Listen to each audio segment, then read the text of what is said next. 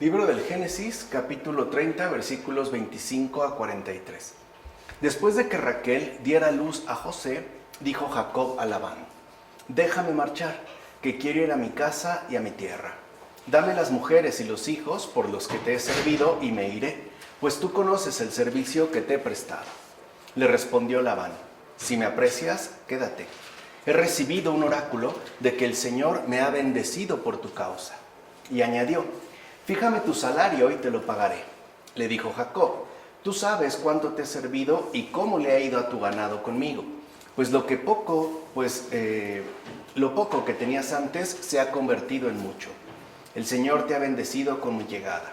Ahora bien, ¿cuándo voy a hacer algo por mi casa? Labán le preguntó: ¿qué tengo que darte? No me des nada, respondió Jacob. Haz únicamente lo siguiente: volveré a pastorear y a cuidar tu rebaño. Pasaré hoy entre todo tu rebaño. Tú aparta las reses listadas y oscuras y todas las negras de entre las ovejas, y las oscuras y con pintas de entre las cabras serán mi paga. Así el día de mañana mi honradez responderá de mí. Cuando te persones a comprobar mi paga, todo lo que no tenga pintas ni sea oscuro entre las cabras o negro entre las ovejas, se me considerará un robo. Respondió Labán: está bien, sea como dices. Aquel mismo día, Labán apartó los machos cabríos oscuros y con pintas negras, todas las cabras oscuras y con pintas, todo lo que tenía algo de blanco, todas las ovejas negras, y las entregó a sus hijos. Se alejó Jacob 3 días de camino, mientras que Jacob pastoreaba el resto del rebaño de Labán. Jacob se procuró unas varas verdes de álamo, almendro y plátano, y peló en ellas unas franjas, dejando al descubierto lo blanco de las varas. Luego colocó las varas descortezadas en los pilones de los abrevaderos de agua donde el ganado venía a beber, justo delante del ganado que se apareaba al venir a brevar. Así el ganado se apareaba delante de las varas y paría crías con pintas negras, reses listadas y oscuras. Jacob apartó los corderos y puso ese ganado junto al que tenía pintas o era negro en el rebaño de Labán. Y siempre que se apareaban las reses más fuertes, ponía Jacob las varas delante de ellas, en los pilones, para que se aparearan delante de las varas. En cambio, no las ponía cuando las reses eran débiles. Así, las endebles eran para Labán y las fuertes para Jacob. El hombre se enriqueció muchísimo y tenía rebaños numerosos, siervas y siervos, camellos y asnos. Como hemos escuchado ya, Jacob mostró ante Labán su actitud piadosa al decirle: el Señor, tú lo ves, te ha bendecido con mi llegada. Ahora bien, ¿no será momento quizá ya de que construya mi propia casa? Tú bien sabes que después de mi llegada, la gracia de lo alto aumentó tu prosperidad. Y como también yo he cumplido mi parte con todo empeño, y la gracia de Dios se ha hecho manifiesta, es justo que me construya una casa también para mí. Pues bien, ¿qué significa que me construya una casa para mí? Pues significa vivir de ahora en adelante en libertad, o sea, sin estar ya sometido. En efecto, esa es la casa propia que cada uno debe construir, como afirma Juan Crisóstomo en sus homilías sobre el Génesis. Y este sometimiento que menciona este padre de la Iglesia puede darse de muchísimas maneras. Por ejemplo, a veces somos sometidos a tales circunstancias que en definitiva no han sido elegidas, por ejemplo, por cuenta propia. O bien puede ser que este tipo de sometimiento esté ligado incluso a una serie de vicios que se hayan ido desarrollando a lo largo del tiempo en nuestra alma. Por eso es que se nos invita entonces a edificar una casa propia, a hacer algo también por la casa que a uno en efecto le debe pertenecer. En un primer momento esta casa evidentemente pues es el alma que nos corresponde. Así pues debemos edificar un alma libre de todo tipo de sometimiento, en particular del más terrible o el más nefasto de todos, que es, como ya hemos visto, el sometimiento al pecado. Ahí se ve también esta actitud piadosa de Jacob que nos invita a realizar lo mismo en nuestra propia experiencia de vida. Ahora bien, Jacob comienza como pastor, que es algo también importante. O sea, Jacob, digamos, inicia la serie de actividades que llevará a cabo como pastor. Y esto a su vez tiene una razón, o sea, no es algo meramente arbitrario o fortuito, ya que con el ministerio de la predicación evangélica reunía un rebaño resplandeciente según el fulgor de muchas y muy nobles virtudes. O sea que la predicación evangélica también está llamada a promover muchas y muy nobles virtudes en todos aquellos que son receptores de tal predicación.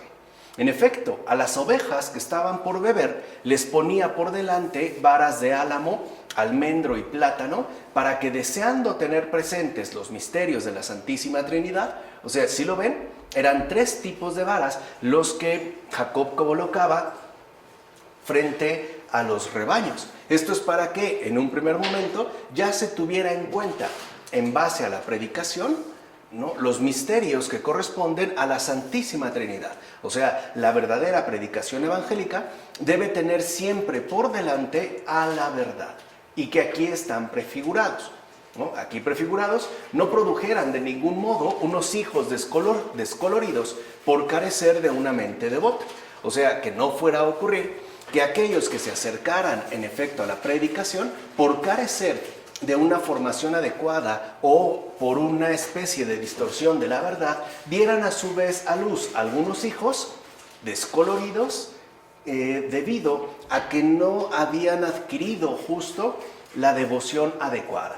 Así pues, fueron buenas las ovejas que vieron la luz, es decir, fueron hijas de las buenas obras, y por ende no degeneradas en la santa fe, como también puede ocurrir esta degeneración en la santa fe cuando la predicación evangélica, repito, no tiene presente la verdad.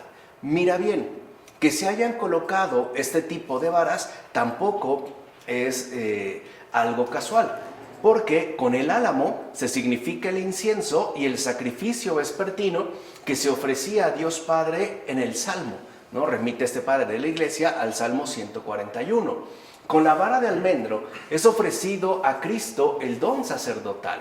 Esta es, en efecto, la vara de Aarón, que una vez puesta en su lugar, floreció, justamente porque resplandeció con la gracia de la santificación sacerdotal. Y con el plátano se significa la riqueza del fruto espiritual, ya que a este árbol se une la vid para que esta fértil unión asegure los ricos frutos. ¿O acaso no es verdad que la adición de la gracia es lo que ha sostenido siempre los dones de la pasión del Señor y por tanto la remisión de todos los pecados? ¿No son estos los frutos espiritualmente abundantes? O sea que con las varas mencionadas en su respectiva significación vemos todo lo que implican y sobre todo apuntar hacia unos frutos espiritualmente abundantes basados, como dijimos, en la verdad y por ende también en la obra que el Señor ha realizado en esta tierra. Es decir, su vida, pasión, muerte y resurrección. Obra que, como ya sabemos, remite, a final de cuentas, a la remisión de todos los pecados. O sea que, insistimos nuevamente, ya desde el Génesis se va preparando, pues, ¿no?, la llegada del Señor, e incluso se nos va como entrenando, en particular al principio al pueblo judío, para no rechazar la obra que Dios, llegado el momento, llevaría a cabo. Ciertamente, el patriarca elige 3 ramas de 3 árboles: la perfumada del álamo, la lisa del plátano y la rígida del almendro. Vean cómo incluso las cualidades de estas ramas, que corresponden a 3 árboles en particular, también tienen alguna característica sobresaliente. El Espíritu Santo, por ejemplo, está simbolizado en el plátano, la Virgen María en el álamo y Cristo en el almendro. En efecto, el álamo extiende sus largas ramas que dan sombra. Recuerden que eso es justo lo que se le menciona a la Virgen. Concebirá porque el Espíritu Santo la va a cubrir con su sombra, que aquí está simbolizado por la vara de álamo. No olvidemos que el Espíritu Santo formó a Cristo en la Virgen, a la cual cubrió con su sombra. Por su parte, la rama del plátano, el árbol de David, es la Virgen, que en su parto virginal dio a luz una flor perfumada. Recuerden que ya habíamos insistido en este hecho tan peculiar del aroma de la santidad, que también se despierta pues un perfume que de hecho se opone por completo al hedor que emerge de los pecados, o sea, de un alma corrompida. Y la rama del almendro es Cristo, porque el fruto dulce de la almendra se encuentra en su interior, mientras que por fuera posee un gusto amargo y una corteza que lo envuelve. Así pues, contempla al Cristo Dios escondido en nuestro cuerpo, cuya superficie puede parecernos amarga a partir de su vida terrenal e incluso dura, como la corteza que recubre ese dulce fruto que llamamos almendra, cuyo alimento en efecto está en su palabra y la amargura en su cruz, ¿no? Ahí también puede encontrarse como sabor amargo en la cruz, pero que no elimina el alimento sustancioso y dulce que a su vez contiene la palabra que nos ha dejado. O sea, la corteza dura es la palabra de la cruz y el alimento de la cruz, que encierran en la carne celeste la intimidad dulce de Cristo.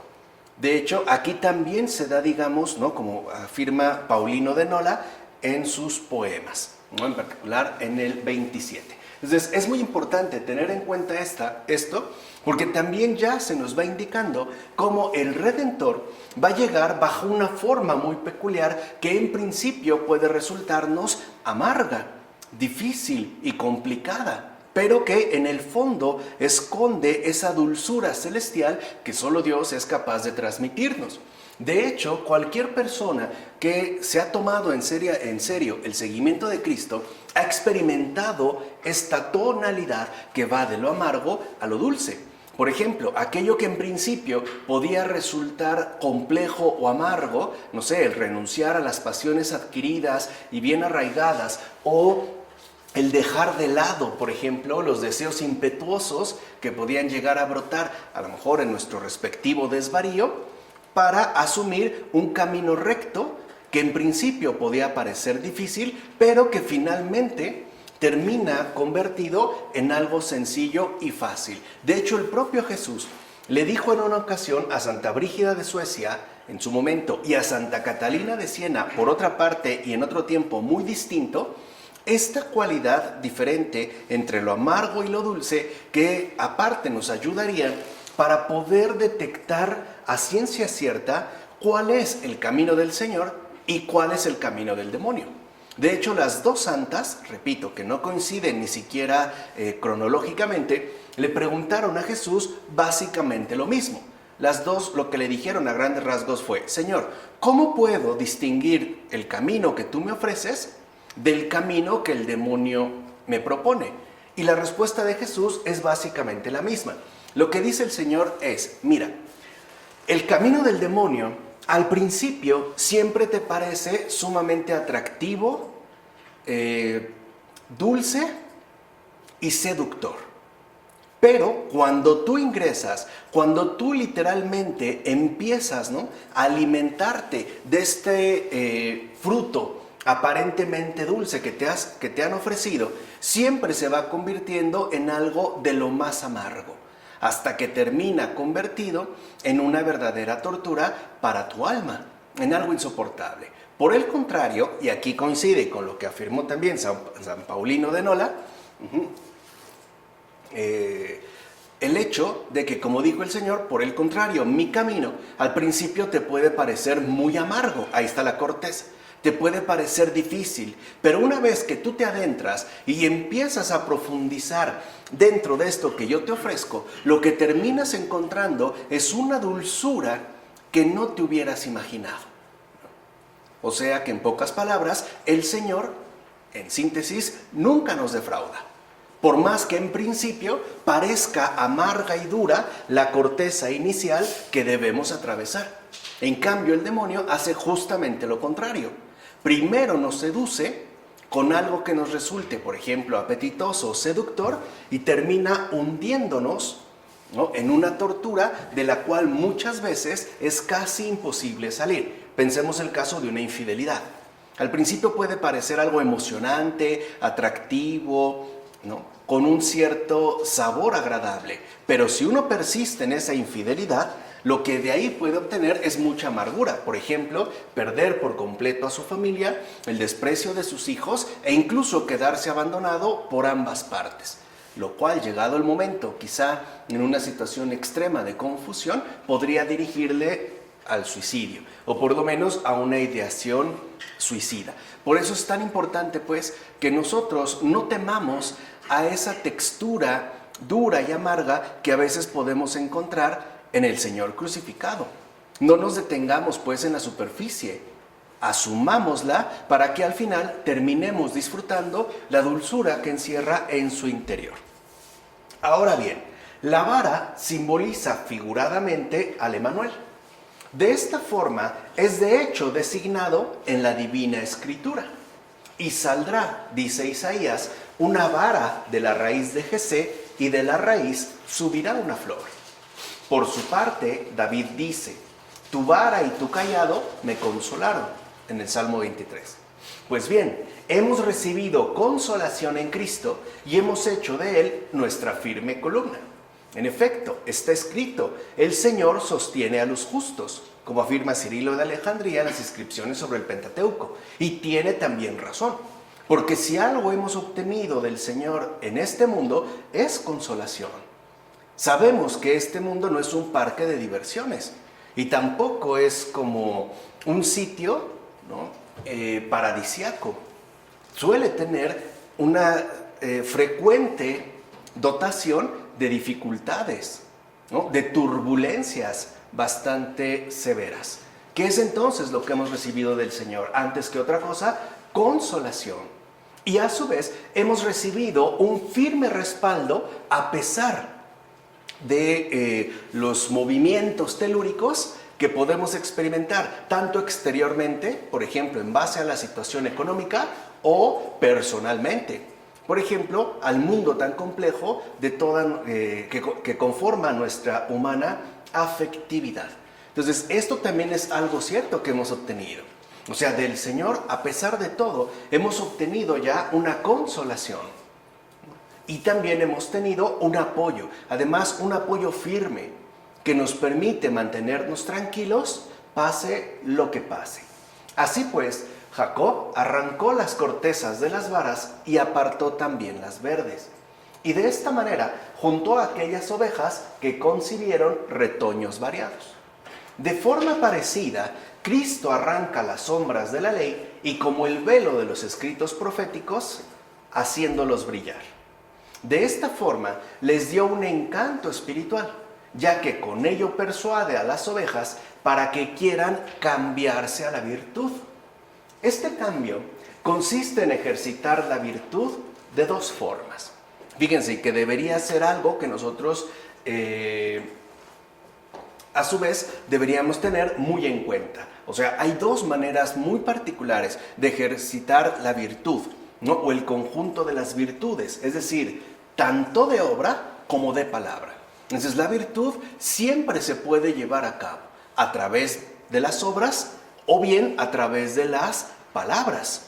Muchas veces pueden llegar a combinarse y esto sería mucho mejor. Pero al menos tenemos ya una referencia muy particular de que en efecto la virtud siempre puede ser practicada o de obra o de palabra.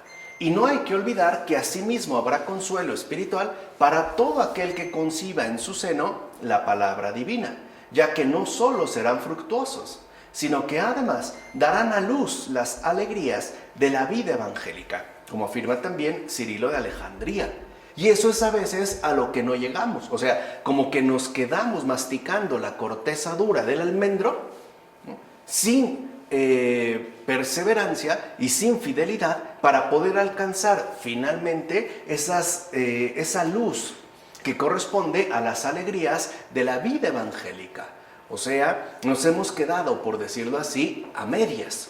No hemos dado quizá el paso definitivo. Por último, démonos cuenta que Jacob no fue el creador de la policromía en sus rebaños por el hecho de haber colocado varas listadas en los abrevaderos. O sea, no fue pues una especie de hechizo, ¿no?, que tuviera este efecto de policromía, ni tampoco las ovejas son creadoras de los variados colores de sus corderillos por haber retenido las fantasías polícromas que surgían del contacto visual. Una práctica que de hecho en la antigüedad era aceptada como algo dado. O sea, si se realizaban este tipo de prácticas, era posible alcanzar tales resultados, ¿no? Se está hablando, pues, este padre de la iglesia de una superstición. En efecto, esto no fue obra de algo natural, sino que fue obra de la invisible inteligencia y sabiduría de Dios. Con esto se nos deja en claro la potencia misteriosa del Creador, como afirma Agustín en Sobre la Santísima Trinidad. Y aquí también es donde nosotros, pues, obtenemos un gran consuelo. Porque no todo se reduce, como nos ha hecho creer, por ejemplo, el mundo moderno, ya desde el siglo XVI, con esa vuelta, ¿no?, en retrospectiva hacia esa antigüedad ya pasada, es decir, el paganismo, de que todo se reduciría a un plano meramente natural. No, en realidad no. Lo natural no es atentado, sino que es también planificado cuando Dios mismo interviene en ella. Por eso, en realidad, un milagro no es un atentado contra la naturaleza, es la planificación de esta naturaleza, lo cual también ya pone al descubierto lo siguiente: la creación hecha por Dios mismo no está en su contra, es cooperadora de Él y contiene, aunque invisiblemente, esa docilidad, esa contribución a las obras que Él quiere realizar. ¿No? Es decir, en términos de esa potencia misteriosa del Creador de los que habla Agustín. Así ya pasamos al capítulo 31 de los versículos 1 a 21. Jacob oyó las palabras de los hijos de Labán que decían: Jacob se ha llevado todo lo de nuestro padre. Jacob observó el rostro de Labán y vio que ya no era respecto a él como en los días pasados. Además, el Señor dijo a Jacob: vuelve a la tierra de tus padres, a los tuyos, yo estaré contigo. Entonces Jacob mandó llamar a Raquel y a Lía para que fueran al campo junto al rebaño y les dijo: observo que el rostro de vuestro padre hacia mí no es como en los días pasados, pero el Dios de mi padre ha estado conmigo. Vosotras sabéis que he servido a vuestro padre con todas mis fuerzas. Pero vuestro padre se ha burlado de mí cambiando 10 veces mi paga. Sin embargo, Dios no le ha permitido hacerme daño. Si él decía: las reses listadas serán tu paga, todo el ganado paría crías listadas. Y si decía: las reses con pintas serán tu paga, todo el rebaño paría con pintas. Dios le ha quitado el rebaño a vuestro padre y me lo ha dado a mí. Así pues, en el tiempo de aparearse el ganado, levanté la vista y vi en un sueño que los machos que cubrían el ganado eran listados, con pintas y con manchas. Y en el sueño me habló un ángel de Dios, Jacob, y contesté: aquí estoy. Y me dijo: levanta la vista y observa que todos los machos que cubren el ganado son listados, con pintas y con manchas, porque he visto todo lo que te está haciendo Labán. Yo soy el Dios de Betel, donde ungiste una estela y donde me hiciste un voto. Ahora ponte en camino, sal de esta tierra y vuelve a tu tierra natal. Raquel y Lía le respondieron: ¿acaso tenemos aún parte o herencia en casa de nuestro padre? No nos considera extranjeras, puesto que nos ha vendido e incluso ha devorado nuestro dinero. Toda la riqueza que Dios ha quitado a nuestro padre era nuestra y de nuestros hijos. Ahora pues, haz todo lo que Dios te ha mandado. Jacob se levantó, montó a sus hijos y a sus mujeres sobre los camellos y se llevó todo su ganado, el ganado de su propiedad que había adquirido en Padán Aram, y los bienes que había conseguido, dirigiéndose a casa de su padre Isaac, en tierra de Canaán. Mientras Labán había ido a esquilar su rebaño, Raquel robó los terafim que tenía su padre. Jacob, por su parte, engañó a Labán, el arameo, al no comunicarle que se escapaba. Así huyó él con todo lo que tenía. Se puso en camino, cruzó el río y se dirigió a la montaña de Galaad. Mira cómo la envidia los condujo a la ingratitud, incluido el propio Labán. Vean cómo aquí la Escritura entonces pone al descubierto esas fluctuaciones interiores que suelen ocurrir en cada ser humano bajo determinadas circunstancias. En efecto, observa cómo las palabras de sus hijos muestran la ofuscación de su mente, ya que prontamente se olvidaron de lo que su propio padre había dicho antes en conversación con Jacob, es decir, en los versículos anteriores, que había dicho el propio Labán, y que evidentemente sus hijos escucharon. Dios me ha bendecido con tu llegada. O sea, el bien inicial parece desaparecer a causa de la envidia. Y es que en efecto, la envidia parece como eclipsar todo el bien presente y hundirnos en una especie de ofuscación que no permite, manifestar algún tipo de gratitud. En efecto, después de agradecer al Señor su beneficio gracias a la llegada del justo, es decir, de Jacob, ahora su mente se perturbó bajo la influencia de sus hijos y se inflamó con envidia, como afirma Juan Crisóstomo en las homilías sobre el Génesis. Y en efecto, eso es la envidia. Ya vimos la gravedad que posee para los padres de la iglesia. ¿Por qué? Porque la envidia perturba nuestra mente. De hecho, nos trastorna por completo. Crea una especie de desproporción falsa donde los bienes disminuyen hasta casi desaparecer y los supuestos males ganan todo el terreno, ¿no? Dominan pues con su respectiva perspectiva. Así fueran, por ejemplo, males reales o sobre todo imaginarios, porque de ahí es donde la envidia más se va a sostener. O sea, a partir de sugerirnos imágenes que de hecho no corresponden con la realidad. Ahora, algo que también destaca en este caso San Juan Crisóstomo es lo siguiente: no solo se trata de que uno quede ofuscado por la envidia concebida en el interior, sino que esta también puede llegarnos por medio de una vía externa. Por ejemplo, a partir de las personas que tengamos más cerca de nosotros, como en el caso de Labán, sus hijos. Es decir, también la envidia se contagia por vía oral. A veces basta un comentario dicho con malicia para que un corazón padezca la mordedura y los efectos del veneno que deja, la envidia. Así pues, nuestra boca también puede aliarse en esta propagación insana de perturbación. Así pues, ¿no ves ya por un lado la mansedumbre del justo y por otro la ingratitud de los demás? La envidia de los hijos de Labán también influyó en la actitud de su padre.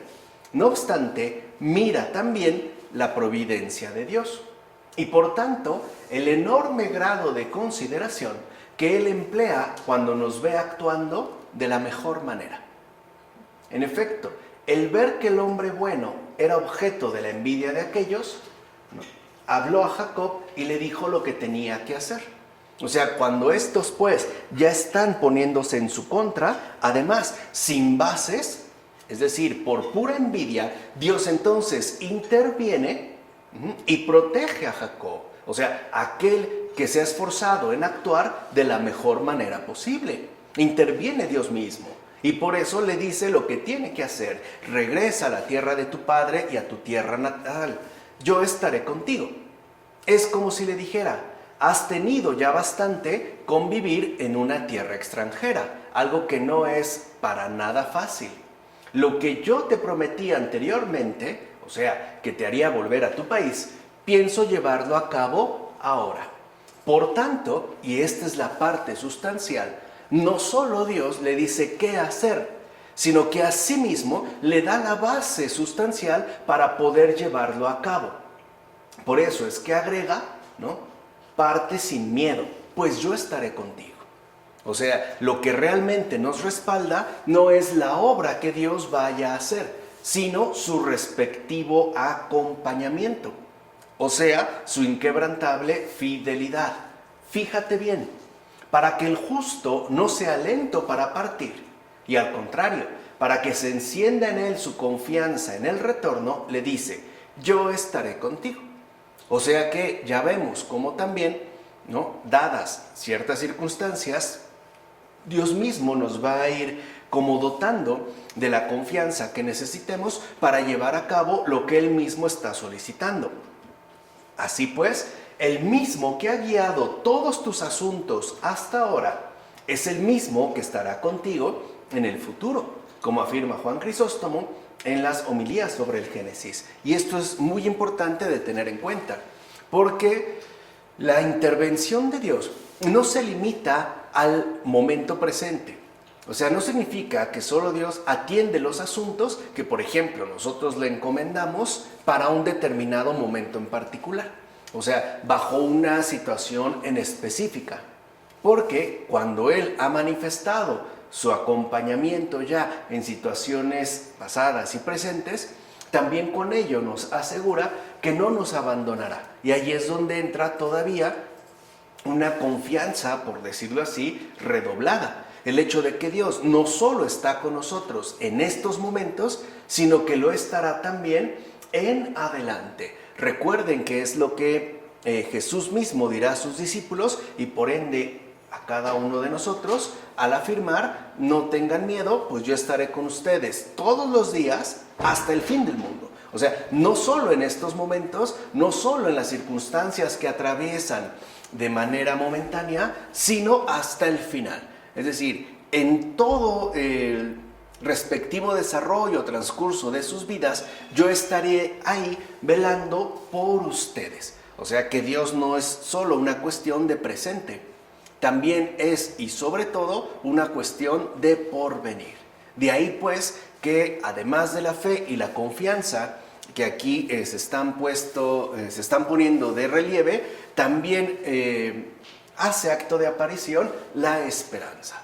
Por eso es que debemos entender muy bien de qué manera la fe, la confianza y la esperanza van como hermanadas, ¿no? De hecho, la base está dada en la fe, el crecimiento está dado en la confianza y la maduración está dada ya en la esperanza.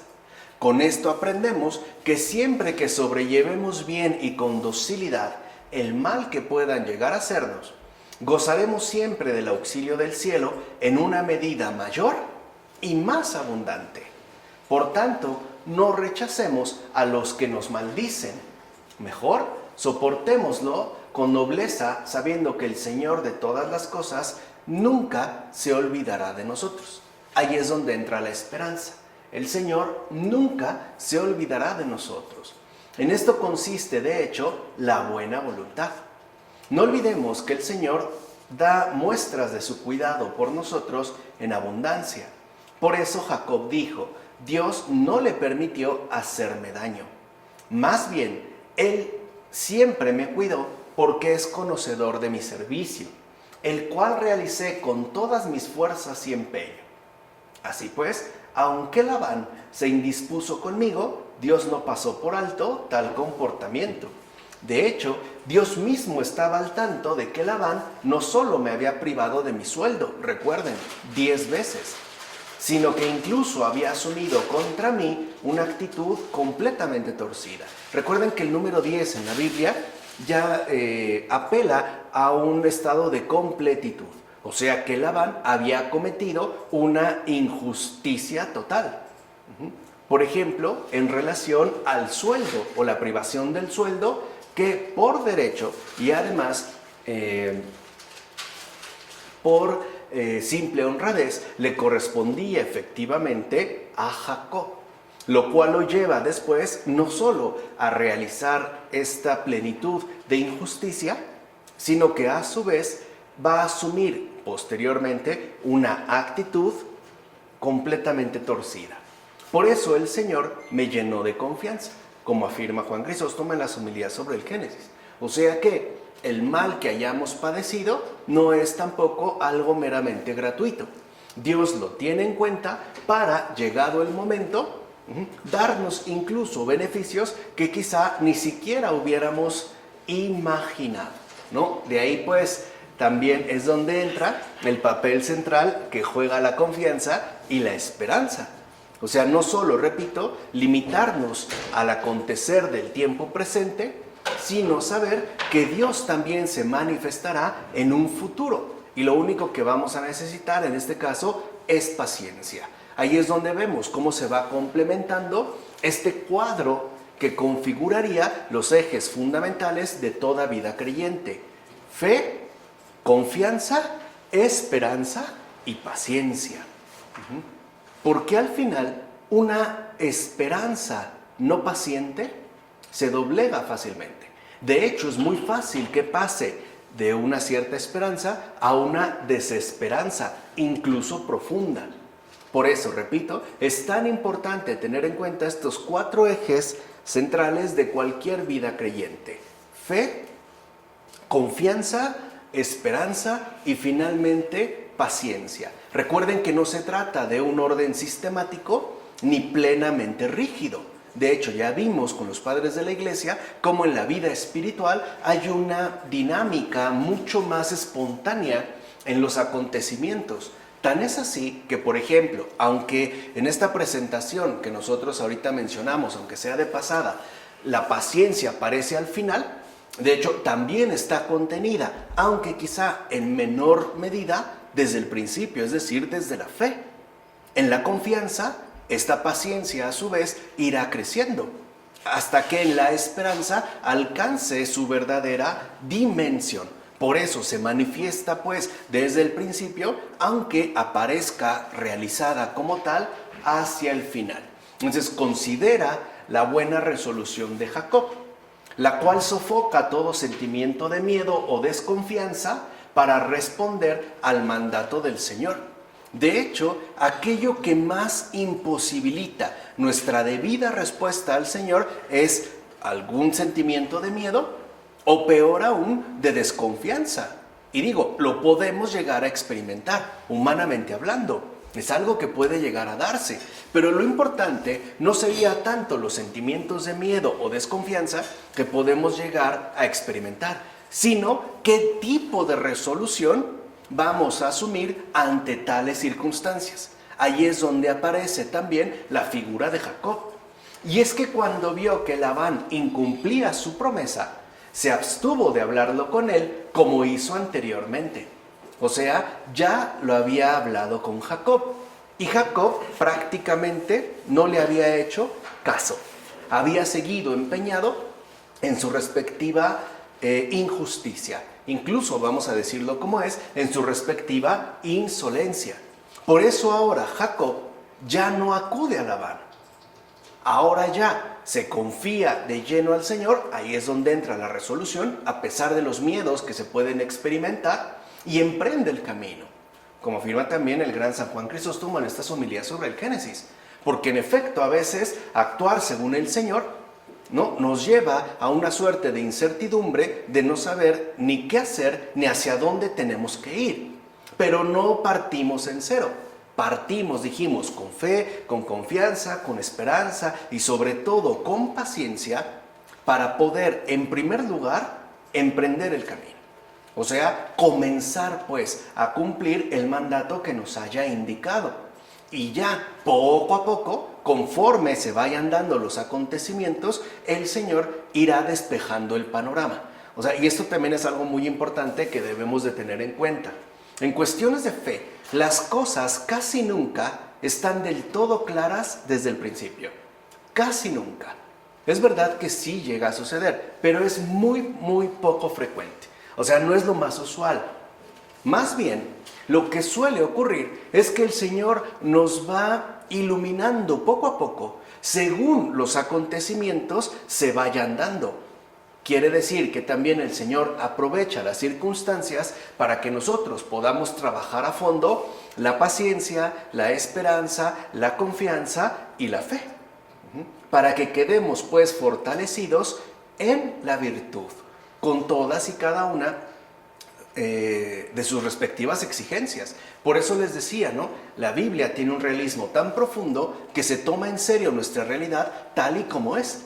O sea, no se maneja en una especie de simpleza que pasaría por alto las situaciones más esenciales. Al contrario, las asume, las expone y las resuelve, como ocurre en el caso de Jacob.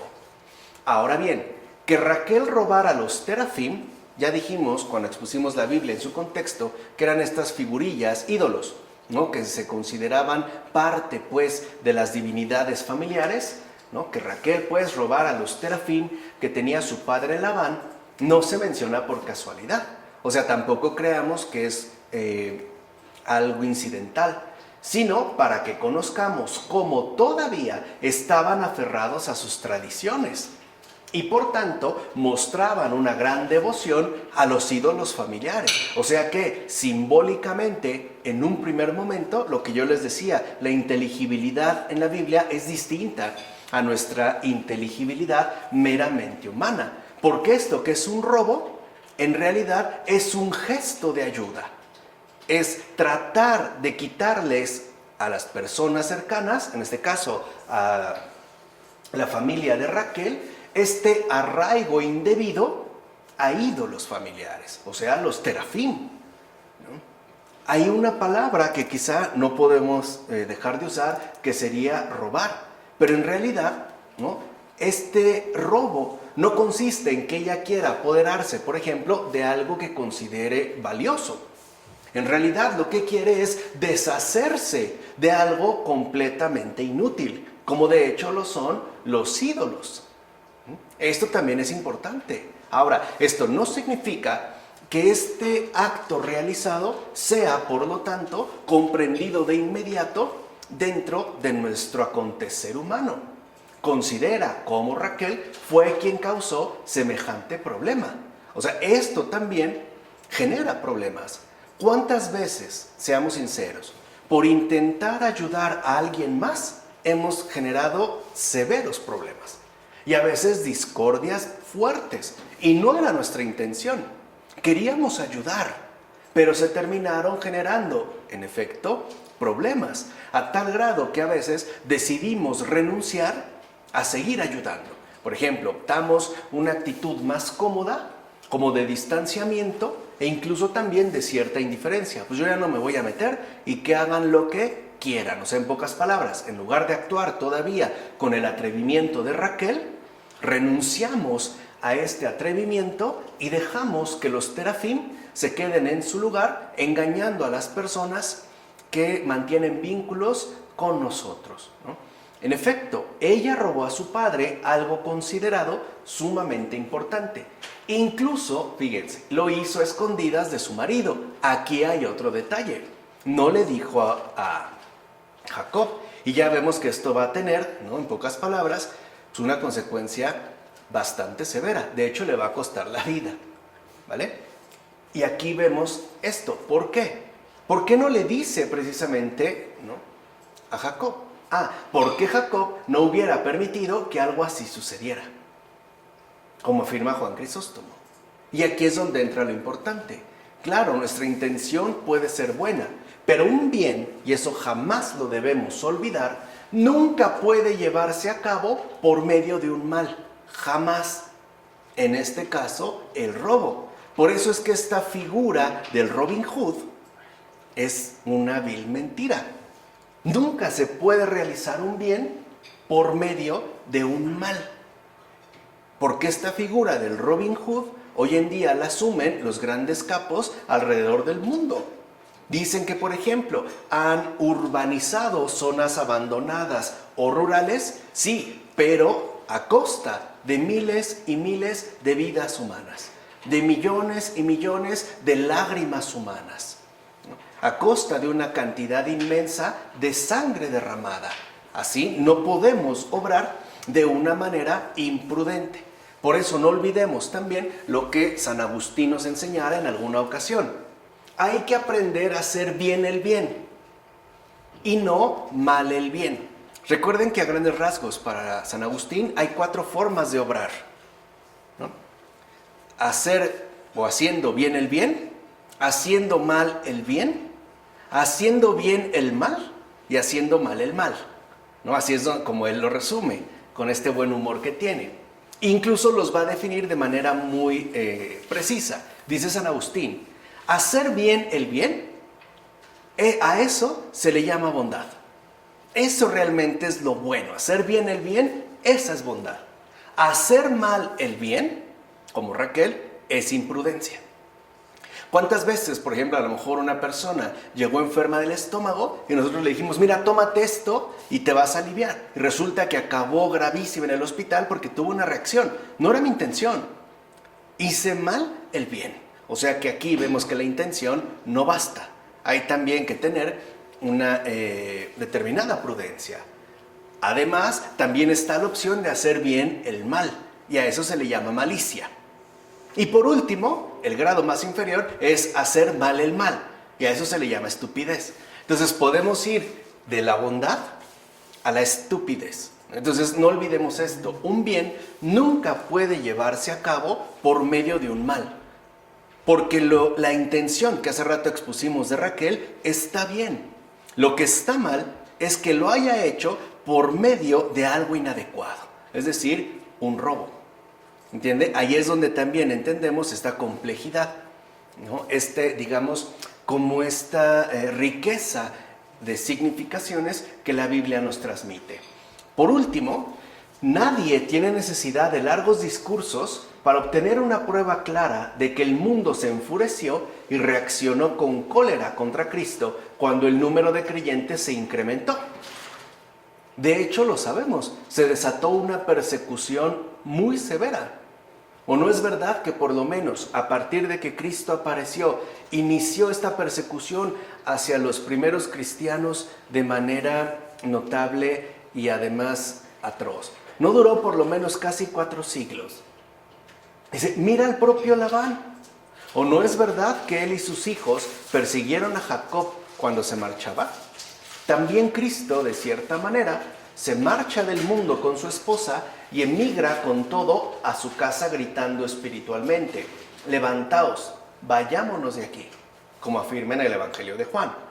Por supuesto, el modo de la salida no es perceptible por los sentidos, ni debería entenderse como el irse de un lugar a otro, sino que consiste en salir de la forma de pensar acostumbrada, es decir, según las cosas del mundo, y por tanto, el ahora desear lo que agrada a Dios. Y díganme si eso no desata una persecución. Cuando una persona decide ya no seguir la forma de pensar acostumbrada según el mundo, no va a quedar intocada. Será por lo menos señalada, criticada, ridiculizada, perseguida, ofendida, a veces agredida o hasta violentada, que es justo lo que ocurrió ya desde estos momentos. Con esto nos conducimos a la ciudad que solo pertenece a Dios. ¿O acaso no somos en este sentido peregrinos? Claro que sí. Por eso, caminando sobre la tierra, comportémonos como en el cielo, es decir, de forma santa y espiritual. Así pues, si no nos configuramos a este mundo y si superamos los errores mundanos, seremos entonces imitadores de Cristo el Señor. Por eso, no os sorprendáis de que el mundo os persiga, pues como dijo el Salvador, si fueseis del mundo, el mundo amaría lo suyo. Pero como no sois del mundo, por eso el mundo os odia. Pero esto ha sido así desde el Señor. Y eso es algo que va a seguir así hasta el fin del mundo. Porque ya lo habíamos dicho, si algo quiere el mundo, bueno, este pasaje es de Cirilo de Alejandría. ¿No? Si algo quiere el mundo es complicidad, reclutas. El mundo busca reclutar a todos para adoptar una especie de uniformidad totalizante. Que todos pensemos de la misma manera, que todos actuemos del mismo modo para tenernos sometidos a todos. O sea, nadie se puede salir, pues, ¿no?, del perfil exigido. Cuando uno osa desafiar esta tiranía, entonces lo que se desata es la persecución, el señalamiento e incluso la propia violentación. Por eso hay personas que a lo mejor decidimos por miedo permanecer todavía reclutados en el pensar del mundo. Algunos lo haremos por... sobre todo, además de miedo, algunos lo podemos hacer por un cierto tipo de inseguridad. planteando mil y un cosas. Pero la verdad es que la mayoría lo hacemos por mera conveniencia, por no vernos privados de los raquíticos beneficios que uno obtiene cuando se transforma en un servil súbdito del mundo. Especie de migajas mínimas que aparte muchas veces uno tiene que recoger arrastrándose en el suelo por recibir lo mínimo, cuando el Señor en efecto lo que nos ofrece es lo máximo. Bien, así pasamos a los versículos 22 a 42 de este capítulo 31. Al tercer día dieron a Labán la noticia de que Jacob había huido. Entonces tomó consigo a sus parientes y lo persiguió durante 7 días, dándole alcance en la montaña de Galaad. Pero aquella noche Dios se acercó a Labán, el arameo, en un sueño y le dijo: guárdate de hacer nada a Jacob, ni bueno ni malo. Labán alcanzó a Jacob, que había montado su tienda en la montaña, y montó también su tienda en la montaña de Galaad. Y dijo Labán a Jacob: ¿qué has hecho? Me has engañado y te has llevado a mis hijas como cautivas de guerra. ¿Por qué huiste a escondidas engañándome y no me lo hiciste saber? Yo te habría despedido con alegría y cantos, con panderos y cítaras. Ni siquiera me has dejado dar un beso a mis hijas y a mis nietos. Acuérdense que Labán antes le había dicho: si me estimas, quédate. O sea, en ningún momento habló de esta despedida festiva. En esto te has portado como un necio. Está en mi mano poder haceros daño. Pero el Dios de vuestros padres me habló anoche diciendo: guárdate de hacer algo a Jacob, ni bueno ni malo. Ahora te has ido porque anhelabas tu casa paterna. ¿Pero por qué me has robado a mis dioses? Respondió Jacob a Labán: tuve miedo porque pensé que me quitarías a tus hijas. Pero a quien le encuentres tus dioses, los terafim, no vivirá. Delante de nuestros hermanos, busca lo que tenga tuyo y tómalo. No sabía Jacob que Raquel los había robado. Labán entró en la tienda de Jacob, en la de Lía y en la de las 2 esclavas, y no encontró nada. Cuando salió de la tienda de Lía, entró en la de Raquel. Pero Raquel se había apoderado de los terafim, los había metido en una montura del camello y se había sentado encima.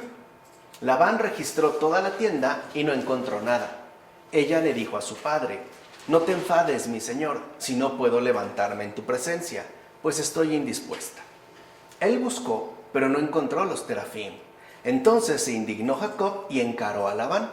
Jacob increpó a Labán: ¿cuál es mi crimen o mi pecado para que me persigas? Has registrado todas mis cosas. Si has encontrado algo de tu casa, ponlo aquí, ante mis parientes y los tuyos, y que ellos juzguen entre nosotros dos. He estado contigo 20 años, y ni tus ovejas ni tus cabras abortaron. No me comí los carneros de tu rebaño, no te traje res despedazada, sino que yo mismo la reponía. Me exigías lo que robaban de día y lo que robaban de noche. Aguanté que me devorara el calor durante años en tu casa. 14 te serví por tus 2 hijas y 6 por tu ganado, y me cambiaste la paga 10 veces. Si no hubiera sido porque el Dios de mi padre, el Dios de Abraham y el temor de Isaac estaba conmigo, ahora me habrías despedido sin nada. Pero Dios ha visto mi aflicción y el cansancio de mis manos, y anoche lo dictaminó. Fíjense qué importante es este pasaje. Cuando Dios vio que Labán se disponía para entrar en conflicto con Jacob, le dijo: no hables hostilmente a Jacob, no le ofendas ni siquiera con palabras. Ten mucho cuidado. Contén este perverso ataque. Reprime tu cólera. Detén tus pensamientos encendidos y no lo atormentes ni siquiera con palabras. Así pues, fíjense, en lugar de decirle a Labán que se regrese, lo amonesta y le da una gran lección de virtud. Vean cómo aprovecha también las circunstancias para sacar un gran bien. Acuérdense que ya lo había mencionado Pablo de una manera muy extraordinaria. Donde abundó el pecado, sobreabundó la gracia. Por una parte, esto pone de manifiesto su divina bondad. Y por otra, comprueba el enorme cuidado dispensado por Dios Dios pues permitió que Labán fuera tras Jacob para que aprendiera a ser mejor. Y lo hizo también para que el justo pudiera ganar un entusiasmo mayor y confianza en su retorno. Recuerden que ya le había dado, digamos, una especie de anticipo, ¿no? Cuando lo insta a que tenga confianza en él. Yo estaré contigo. Ahora se lo muestra de una manera mucho más contundente, precisamente para que esta alma humanamente frágil, humanamente débil, no pierda nada de entusiasmo, al contrario, lo incremente y refuerce la confianza puesta en Dios en relación al retorno que además Dios mismo le ha prometido. Así sus esposas rechazarían el error paterno e imitarían a su vez al justo. Porque recuerden que la influencia que ejercen sobre nosotros nuestros respectivos padres y madres puede llegar a ser sumamente fuerte. En consecuencia de este incidente, todos sacaron una gran enseñanza de la sabiduría de Dios. De hecho, lo que procedía de Jacob no era tan convincente como la palabra de Labán, pues todavía era un devoto de los ídolos. Y es que el testimonio de infieles, enemigos de la religión, contiene siempre un gran poder para convencer. En efecto, es una señal clara de Dios cuando convierte a los enemigos de la verdad en testigos de la verdad. O sea, tiene más peso la palabra de un converso que la palabra de un no converso, por muy devoto que sea. Es entonces cuando él interviene ya a través de sus lenguas, como afirma Juan Crisóstomo. Lo vemos con Pablo. O sea, cuando Pablo finalmente, ¿no?, ante Saulo tiene su conversión, ahora sí, su lengua va a tener un poder de persuasión extraordinario, literalmente hablando. Ahí ya se ve esta diferencia. ¿Por qué? Porque aquellos que han vivido en el error y de repente son rescatados por el Señor y conducidos a la luz, saben de lo que están hablando, saben en dónde se encontraban. Y esto es lo que le da esa fuerza al testimonio que presentan. Mira pues cómo Labán finalmente reprimió la rabia y refrenó su cólera. Incluso a través de sus palabras dio a Jacob muestras de un afecto paternal. De hecho, siempre que nosotros disfrutamos de la providencia de lo alto, no solo evitaremos las insidias, sino que ni siquiera sufriremos daño aunque encontremos bestias salvajes. Pues el Señor transforma la naturaleza de las bestias en la mansedumbre de las ovejas, como afirma Juan Crisóstomo. Por eso, si recuerdan en el comentario anterior, Dios se había dirigido en estos términos a Labán: ten mucho cuidado. ¿Por qué? Porque cuando nosotros nos dejamos ir por la ira, podemos cometer 1001 atrocidades. O sea, no es tanto que Dios esté amenazando a Labán, le está aconsejando, le está ya previniendo para que no incurra en una gravedad todavía mayor. Y es que algo también a veces se nos olvida. Solo el Señor puede transformar la naturaleza fúrica, por ejemplo, en una naturaleza verdaderamente mansa. Solo Él. Para nosotros es más fácil tratar de recurrir, por ejemplo, a los castigos. Pero a veces estos castigos lo único que hacen es intensificar nuestra ira o la ira contenida. E incluso muchas veces estos castigos, aunque sean tratados con buena intención, pueden servir de abono a un resentimiento cada vez más intenso. Por eso es tan importante que nosotros no dejemos de rezar al Señor. Ahora bien, ¿qué tipo de dioses son los tuyos que hasta pueden ser robados? ¿A qué extraordinaria tontería te confías?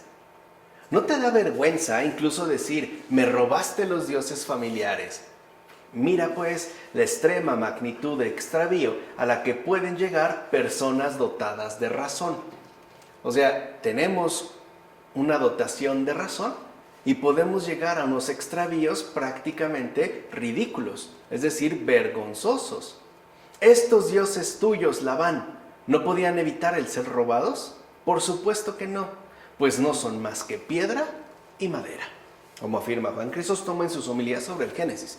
Que de hecho esta fue una cuestión, la cuestión de los ídolos, que a los padres de la iglesia les costó mucho trabajo que pudiera ser reconocida por la gente que le rodeaba. Es más, hasta la fecha. Ahora consideremos cómo debe comportarse el justo en caso de que surja la envidia. Lo primero es huir de ella, no entrar en conflictos, no enrolarse ya dentro de este juego, literalmente un juego macabro. O sea, ¿cómo debemos comportarnos en caso de que lamentablemente surja la envidia? Bueno, lo primero es huir de ella. En efecto, es mejor marcharse sin litigio que quedarse con disputa. Es mejor. Después de esto, que tome todo lo que posea para que el adversario no pueda ya tenerlo sujeto. Así podrá decir: mira si hay alguna cosa en mi poder. El justo ni pierde nada propio, ni posee nada ajeno. Por eso el justo no posee nada superfluo, sino que conserva siempre la medida. Qué grande es la virtud que obtiene un provecho sin tener que lamentar una pérdida. Por eso el sabio nunca está vacío ni desnudo, ya que siempre lleva consigo la vestidura de la prudencia, el vestido de la virtud. En efecto, ¿cómo puede estar vacío quien ha recibido de la plenitud de Cristo? ¿Cómo puede estar desnudo el que mantiene y conserva la investidura que ha recibido de parte del Señor? En todo caso, esto es lo único que deberíamos cuidar de no perder.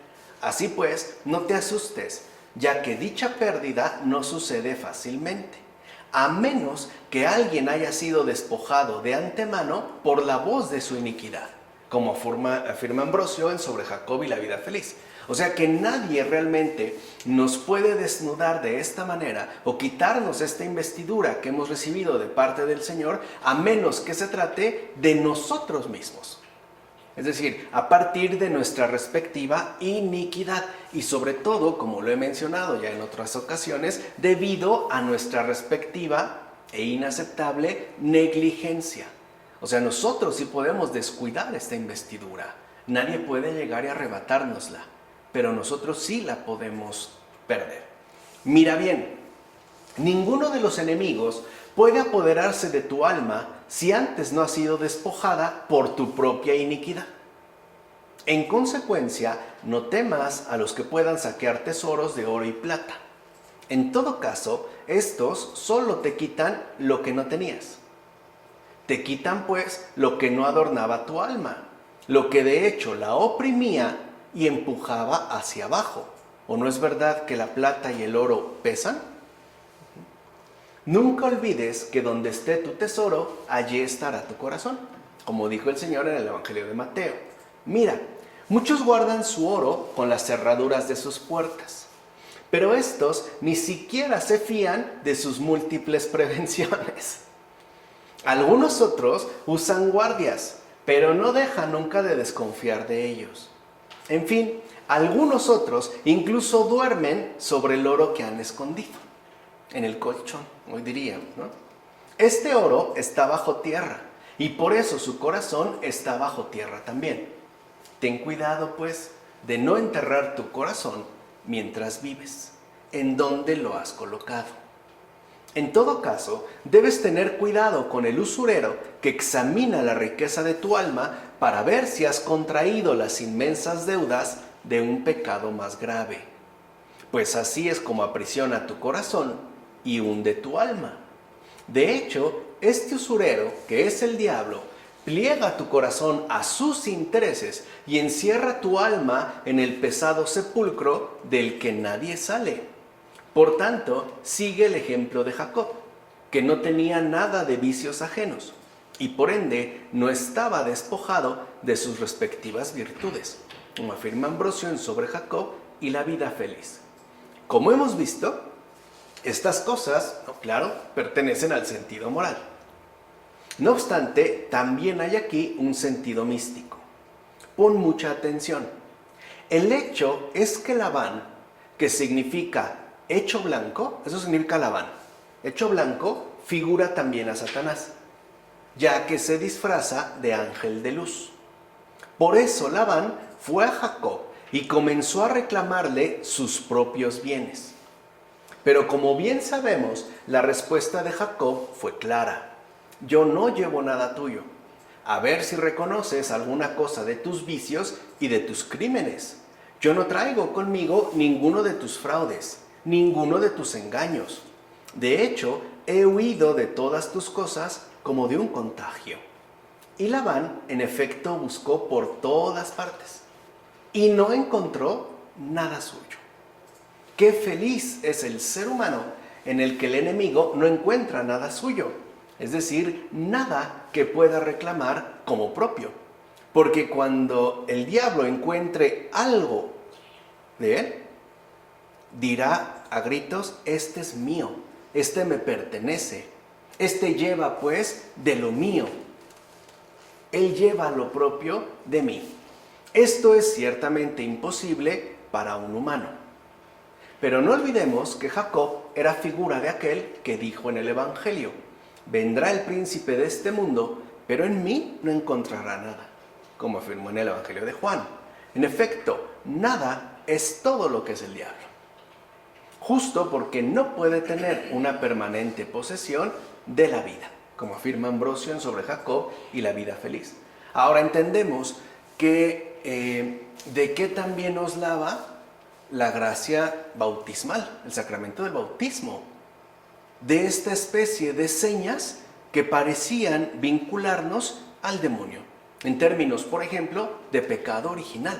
Después del bautismo, si el demonio llega a esta alma recién bautizada, no encuentra absolutamente nada suyo, aunque esperará para que nos vayamos otra vez recubriendo de sus pertenencias, o sea, de las cosas, pues, que son suyas, justo para reclamarnos como su propiedad. Así pues, no es ningún despropósito decir que este Labán era figura del diablo, el cual, como bien sabemos, no solo invita a dar culto a los ídolos, sino que también incita a defenderlos e ir tras ellos. Sin embargo, si en verdad pertenecemos al Señor, no habrá en nosotros obras suyas, y por tanto no habrá algo que nos pueda apartar de la vida eterna. Ese es el propósito, ¿no?, del diablo.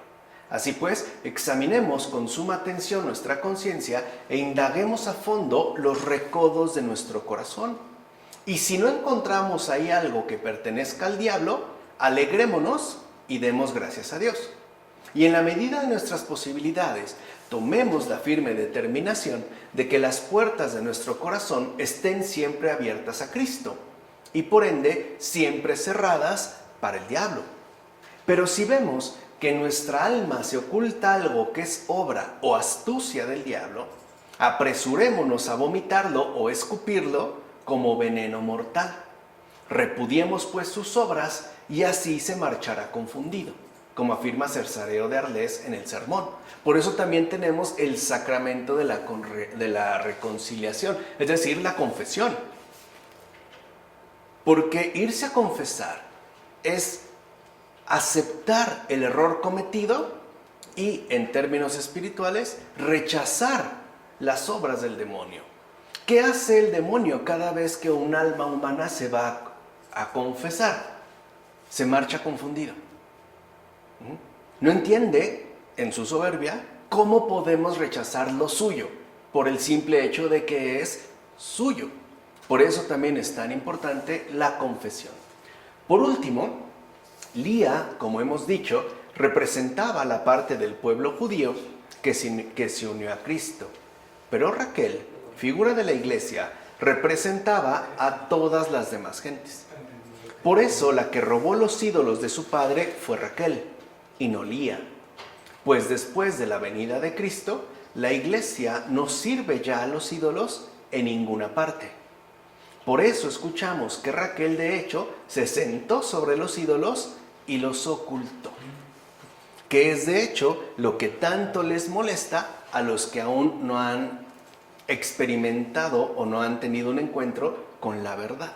Por ejemplo, hasta en términos históricos, en México, en la antigua cultura prehispánica, ¿Cómo es posible que estos bárbaros cristianos hayan llegado y construido sus iglesias encima, ¿no?, de los templos sobresalientes de la antigua cultura mexica?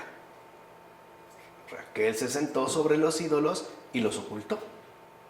Ya vimos por quién están instigados, porque el diablo, como nos dijo también anteriormente otro padre de la iglesia, no solo nos invita a dar culto a los ídolos, sino que además nos invita a defenderlos e ir tras ellos, sea donde sea, tratar de restaurarlos una y otra vez. O sea que en realidad, a través de la idolatría, uno trabaja para el diablo, no para Dios. Y se ve a partir de las discordias que tal idolatría puede llegar a generar. Hay personas dispuestas a matar por sus ídolos. Así sean simples cosas. Así llegamos ya a estos últimos versículos del capítulo 31, versículos 43 a 54. Respondió Labán a Jacob: esas son mis hijas, esos mis hijos, y ese mi rebaño. Todo lo que ves es mío. ¿Qué puedo hacerles hoy a mis hijas o a los hijos que ellas han dado a luz? Ahora pues vamos, establezcamos una alianza entre tú y yo que sirva de testimonio entre los dos. Jacob tomó una piedra y la erigió como estela. Y dijo Jacob a sus familiares: recoged piedras. Ellos recogieron piedras, hicieron un montículo y comieron allí sobre el montículo. Labán lo llamó Yegar Seadutá y Jacob lo llamó Galed. Dijo entonces Labán: este montículo sea hoy testigo entre tú y yo. Por eso le puso el nombre de Galed y también Mizpá, pues dijo: que el Señor nos vigile a ti y a mí cuando nos hayamos alejado el uno del otro. Si maltratas a mis hijas o tomas otras mujeres además de mis hijas cuando no haya nadie con nosotros, ten presente que Dios es testigo entre tú y yo. Dijo también Labán a Jacob: aquí está este montículo y ahí la estela que he levantado entre tú y yo. Este montículo y la estela son testigos de que yo no traspasaré este montículo ni esta estela hacia ti, ni tú traspasarás este montículo ni esta estela hacia mí, para nada malo. Que el Dios de Abraham y Dios de Nahor, el Dios de sus padres, juzgue entre nosotros. Jacob juró por el temor de su padre Isaac, y ofreció Jacob un sacrificio en la montaña, invitando a comer a sus parientes. Comieron pan y pasaron la noche en la montaña. Ya te das cuenta cómo Labán, adorador de ídolos, se acerca gradualmente al conocimiento de Dios, pues no puso como testigo a alguno de sus terafín. Ya habló del Dios de Abraham. En efecto, el que previamente había acusado a aquel hombre bueno de robar sus dioses familiares y por eso había llevado a cabo una furiosa búsqueda, ahora dice: como no hay nadie entre nosotros que pueda actuar, o sea, mis ídolos son inútiles, son mentiras, en el caso de que algo suceda después, que Dios sea testigo entre nosotros de lo que estamos haciendo, pues Él está presente, lo ve todo y nada escapa a su atención. Solo Él lee el corazón de cada persona hasta el fondo. Así pues, Labán reconoce ya a Dios. Y por eso no invoca ya la intervención de alguno de sus antiguos ídolos. O sea que la amonestación, el consejo que Dios le dio, precisamente por venir de Dios, ya ha surtido efecto. Ya no remite, digamos, el peso de lo que acontece y lo que dice a sus antiguos ídolos, sino que ahora ya reconoce a Dios. ¿De acuerdo? Con esto entonces terminamos ya el capítulo 31 y la siguiente ocasión daremos nosotros continuidad con el capítulo 32. Creo que también sigue habiendo aquí muchos elementos que vale la pena estar como meditando y sobre todo saboreando, para que el Señor nos conceda también ser muy fructuosos, ser muy abundantes, pues, en los frutos que Él tiene pensados para cada uno de todos nosotros. Del Padre, del Hijo, del Espíritu Santo.